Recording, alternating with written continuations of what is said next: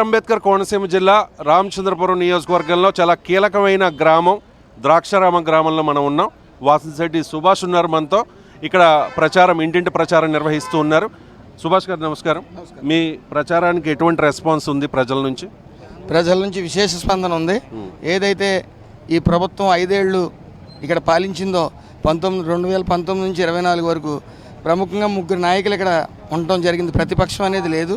ఎందుకంటే ఇటు ఎమ్మెల్సీ త్రిమూర్తులు గారు కానీ, అటు బోస్ గారు రాజ్యసభ సభ్యుడు కానీ, అదేవిధంగా మన మంత్రి వేణు గారు మంత్రి అయ్యిండి, 3 ఉండి కూడా డెవలప్మెంట్ అనేది శూన్యం. ఇక్కడ ఎప్పుడు వెళ్ళిపోతుందా ఈ రాక్షస రాజ్యం, రామరాజ్యం ఎప్పుడు వస్తుందని ప్రజలు నిరంతరం అలా ఎదురు చూస్తూ వచ్చారు. మన ఎప్పుడైతే ఎలక్షన్ కోడ్ పడ్డదో ఆ రోజు నుంచి జనం విచ్చలవిడిగా బయటకు వస్తూ ఉన్నారు. అంతకుముందు రావడానికి మెయిన్గా ఏదొచ్చి ఏ కార్యకర్త వచ్చి ఏం మాట్లాడినా ప్రశ్నించినా ఏం చేసినా ఈ రాక్షస పాలన పోలీసులతో చేయటం జరిగింది. ఈ పాలన 5 ఏళ్ళు కూడా పూర్తి వ్యవస్థ అంతా కూడా పోలీసులతో నడపడం జరిగింది.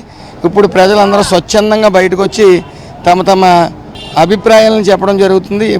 అలాగే విశేషంగా మహిళలు ఏదైతే బాబు గారు సూపర్ 6 అదే ఎన్డీఏ కూటమి సూపర్ 6 అనేది ప్రవేశపెట్టిందో, అదేవిధంగా బీసీ డిక్లరేషన్ అనేది ప్రవేశపెట్టిందో దాని మీద పూర్తిగా ప్రజలందరూ స్వాగతిస్తూ ఉన్నారు. ఎదురొచ్చి మరి హారతలు ఇస్తూ ఈ ప్రచార కార్యక్రమం సాగుతూ ఉంది. మీ ప్రత్యర్థి అన్ని బలాలతో సంసిద్ధమవుతూ ఉన్నారు అన్ని రకాలుగా కూడా. సో రీసెంట్గా కూడా పవన్ కళ్యాణ్ గారు కూడా చెప్పారు, మా కూటమి అభ్యర్థుల్ని ఓడించడానికి అధికార పార్టీ దేనికైనా తెగించబోతోంది, ఎంత డబ్బైనా ఖర్చు పెట్టబోతోంది అని చెప్పేసి. వీటన్నిటిని ఎదుర్కొని మీరు ఎలా గెలవగలుగుతారు అంటే? ప్రజలందరూ కూడా ఒక నిర్ణయానికి వచ్చారు. ఏదైతే వైసీపీ డబ్బు ఇప్పుడు తీసి ప్రజలకు ఖర్చు పెట్టడానికి ఓటుకి నోటు అన్నట్టు డబ్బు ఖర్చు పెట్టడానికి సిద్ధంగా ఉన్నారో ఆ డబ్బు అంతా మా వద్ద పనులని, అలాగే ఈ కల్తీ మద్యంలో అధిక ధరలకి అమ్మటం వల్ల ఇవన్నీ మాఫియా ఎక్కువ జరిగింది. జనానికి సంబంధించిన డబ్బే ఇది అంతానే. కాబట్టి ఓటు తీసుకున్న ప్రజలు మాత్రం ఈ ఎన్డీఏ ప్రభుత్వానికి వేయడానికే సిద్ధంగా ఉన్నారని క్లియర్గా స్పష్టంగా ఉంది. అదేవిధంగా మంత్రులు అయినప్పటికీ, లేకపోతే రాజ్యసభ సభ్యులైనప్పటికీ డెవలప్మెంట్ అనేది లేనప్పటికీ ప్రజలు ఎవరు కూడా విశ్వసించట్లేదు ఈ ప్రభుత్వాన్ని.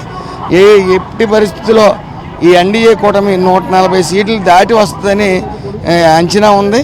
అలాగే ఈ యొక్క రామచంద్రపురం నియోజకవర్గంలో కూడా కనీసం 20-25 వేల మెజార్టీ పైనే వస్తుంది, కానీ లోపు రాదనే జనాల యొక్క అభిప్రాయం నాకు చెప్పడం జరుగుతుంది. రైట్. మిమ్మల్ని అంటూ ఉన్నారు చాలామంది మీ ప్రత్యర్థులు, మీరు నాన్ లోకల్ అని చెప్పేసి. వాళ్ళకి మీరు ఇచ్చే సమాధానం? నాన్ లోకల్ అంటే జిల్లాల నుంచి, లేదా వేరే జిల్లా నుంచి నేను రాలేదు. ఇదే అంబేద్కర్ కోనసీమ జిల్లా నుంచి రావడం జరిగింది. ఇక్కడ పరిస్థితులు మా అమలాపురం కానీ చుట్టుపక్కల పరిస్థితులు అన్నీ ఒక్కలాగే ఉంటాయి, విభిన్నంగా ఏమి ఉండవు. అదేవిధంగా ఏదైతే బోస్ గారు ఉన్నారో గతంలో స్థానికేతరుడిగా పోటీ చేశాడు, త్రిమూర్తులు గారు కూడా ఇప్పుడు ప్రజెంట్ స్థానికేతరుడిగా చేస్తూ ఉన్నాడు. ఏదైతే మా ప్రత్యర్థి పిల్లి సూర్యప్రకాష్ గారు ఉన్నారో ఆయన హైదరాబాద్లో ఉంటానే ఇక్కడికి వచ్చారు, ఉద్యోగం చేసుకుంటూ గత 10 ఏళ్ళ నుంచి కూడా ఉద్యోగం చేసుకుంటూ సడన్గా ఎలక్షన్ కోసం వచ్చారు. కాబట్టి స్థానికంగా వీళ్ళు ఎవరూ కూడా రాజకీయంగా పోటీ చేయలేదు, అందరూ కూడా స్థానికేతరులే. అదేవిధంగా స్థానికేతరుడు అంటే ఇక్కడ పని చేయగలడా లేడా, అభివృద్ధి చేయగలడా లేదా అనేది జనం చూస్తున్నారు తప్ప ఎక్కడి నుంచి వచ్చారనేది కాదు. అభివృద్ధి అనేది ఈ మనిషి ద్వారా సాధ్యం అవుతుందా లేదా అని చూస్తూ ఉన్నారు. వాళ్ళు వివిధగా అమలాపురం చేసి మాకు వచ్చిన క్యాండిడేట్ చేస్తాడా లేదని కనుక్కుని చేస్తాడన్న నమ్మకం కలిగిన తర్వాత ఇలా జనం అందరూ వస్తూ ఉన్నారు. మీ నియోజకవర్గంలో ప్రధానంగా కొన్ని మండలాల్లో తాగునీటి సమస్య ఉంది, అలాగే చాలా డిమాండ్లు ఉన్నాయి ఈ ఏరియాలో. మీరు గెలిస్తే ఈ నియోజకవర్గానికి ఏం చేయబోతారు అంటే?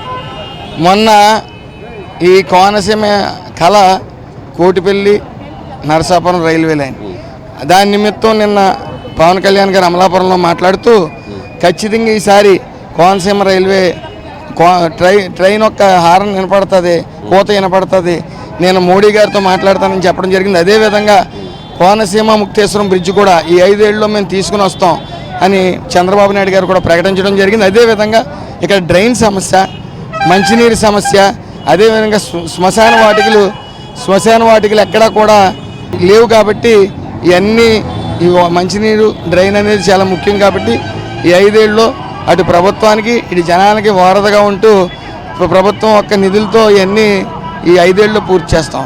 రైట్. ఇక్కడ జనసేన కేడర్ నుంచి మీకు ఎటువంటి మద్దతు ఉంది? ఇక్కడ జనసేన కేడర్ ఇక్కడ చాలా బలంగా ఉంది. వాళ్ళు ఎవరు కూడా వాళ్ళ పని వాళ్ళు చేసుకుంటూ పోతారు. వాళ్ళు ఎప్పుడు ఒక రూపాయి ఆశించరు, ఎవరు ఆశించరు.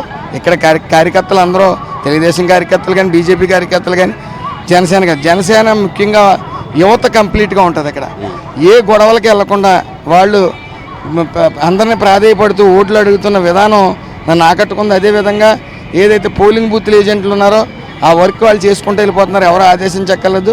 వాళ్ళు పని వాళ్ళు చేసుకుంటూ, వాళ్ళు ర్యాలీ వాళ్ళు చేసుకుంటూ అందరినీ మోటివేట్ చేస్తూ చాలా నాతో పాటు క్యాండిడేట్ నేను అనే ప్రతి ఒక్కరు భావించి పనిచేస్తూ ఉన్నారు. రైట్ అండి. అంటే ఏదైనా ఒక మంచి పని చేయాలన్నా, ఏదైనా ఒక మంచి పొజిషన్కి వెళ్ళాలన్నా మన మిత్రుల సహకారం చాలా అవసరం. అలాంటి సమయంలో గన్నం పల్లవరాజు గారు మీకు అన్నీ తానై సపోర్ట్ చేస్తూ ఉన్నారు. ఆయన మీకు టికెట్ రావడం దగ్గర నుంచి ఆయన ప్రయత్నం ఆయన చేశారు. ఆ తర్వాత మీ ప్రచార కార్యక్రమంలో పాల్గొంటూ ఉన్నారు, అన్ని రకాలుగా సహాయం అందిస్తూ ఉన్నారు. ఆయన గురించి పల్లవరాజు గారు ఈ యొక్క తెలుగుదేశం పార్టీలో చాలా సీనియర్. ఆల్రెడీ 10 years నుంచి దాటి ఆయన పార్టీలో కీలక పాత్ర వహిస్తున్నారు. మొన్న ఏదైతే రాజప్ప గారు ఉన్నారో ఆయన అడుగెట్టినప్పుడు చాలా అలరలు జరిగినాయి ఆ కాన్స్టిట్యున్సీలో.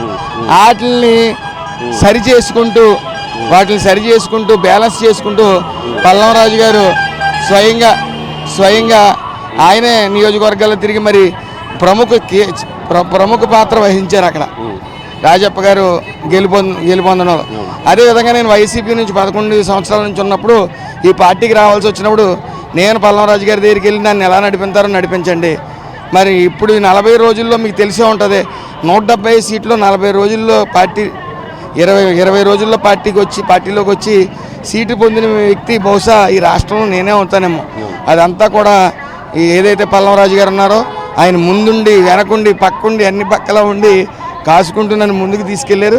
ఈరోజు నాకు ఈ సీటు, ఈ పరిస్థితి వచ్చిందంటే ఖచ్చితంగా నా ప్రాణ స్నేహితుడు పల్లవరాజు గారి వల్ల నేను చెప్పగలుగుతాను. మీ మిత్రుడు సుభాష్ గారి గురించి ఒక్క మాట, అంటే ఎందుకు కూటమికి ఓటేయాలి అంటే మీరు చెప్పే మాట ఏంటి? సుభాష్ గారు లాంటి మంచి వ్యక్తి మన రామచంద్రపురంలో ప్రజలకు దొరికినందుకు చాలా రామచంద్రపురంలో అందరూ స్వాగతిస్తున్నారు. ఇటువంటి వ్యక్తి రామచంద్రపురంలో ఎమ్మెల్యే అభ్యర్థిగా గెలుపొందితే ఇక్కడ ఎవరో చేయని అభివృద్ధి ఒక సుభాష్ గారు జరుగుతుందని మేము ఆశిస్తూ ఆయన కోసం కసిగా పనిచేస్తాం. రైట్ అండి. ఈ ప్రయత్నంలో రాష్ట్ర ప్రయోజనాల కోసం, ప్రజా ప్రయోజనాల కోసం, ఈ రాష్ట్రాన్ని అభివృద్ధి పదంలో నడిపించడం కోసం పవన్ కళ్యాణ్ గారు తెలుగుదేశం పార్టీకి ఇచ్చిన ఆ మద్దతు అవ్వచ్చు, లేకపోతే కొంతమంది త్యాగం అంటూ ఉన్నారు. దాని గురించి మేము ఏం చెప్తారు? పవన్ కళ్యాణ్ గారు 100% ఇటువంటి సైకో జగన్ని ఎలా పారదోలాలన్న ఆలోచనలో చంద్రబాబు నాయుడు గారికి మద్దతు ఇచ్చారు. ఆ మద్దతు మొత్తం రాష్ట్రం మొత్తం వన్ సైడ్ అయింది. ఈసారి మంచి 175 సీట్లలో 160 సీట్లు గెలుపొంది ఈ సైకో పాలన నుంచి బయటపడతామని మేము కోరుకుంటున్నాం. రైట్ అండి. అంటే మీ గెలుపు పక్కన 100% పక్కా. ఎందుకంటే కూటమి గెలుపు పక్కన, కూటమి గెలుపు పక్కా. ఇక్కడ జనసేన, టీడీపీ, బీజేపీ ఎలియన్స్ చాలా సజావుగా సాగుతూ ఉంది. ఎక్కడ కూడా చిన్న డిస్టర్బెన్స్ కూడా లేవు. అందరూ సైనికుల్లో పనిచేస్తున్నారు. కాబట్టి ఆ విజయం తథ్యం. ఏదైతే జగన్మోహన్ రెడ్డి సింహం సింగిల్గా వస్తుందని ప్రచారం చేసుకుంటున్నాడో నిజంగా సింగిల్గానే వస్తాడు, సింగిల్ డిజిట్తోనే వెళ్తాడని మా అభిప్రాయం. చాలా కాన్ఫిడెంట్గా చెప్తూ ఉన్నారు సుభాష్ గారు. ఇక్కడ రామచంద్రపురం కూటమి అభ్యర్థి.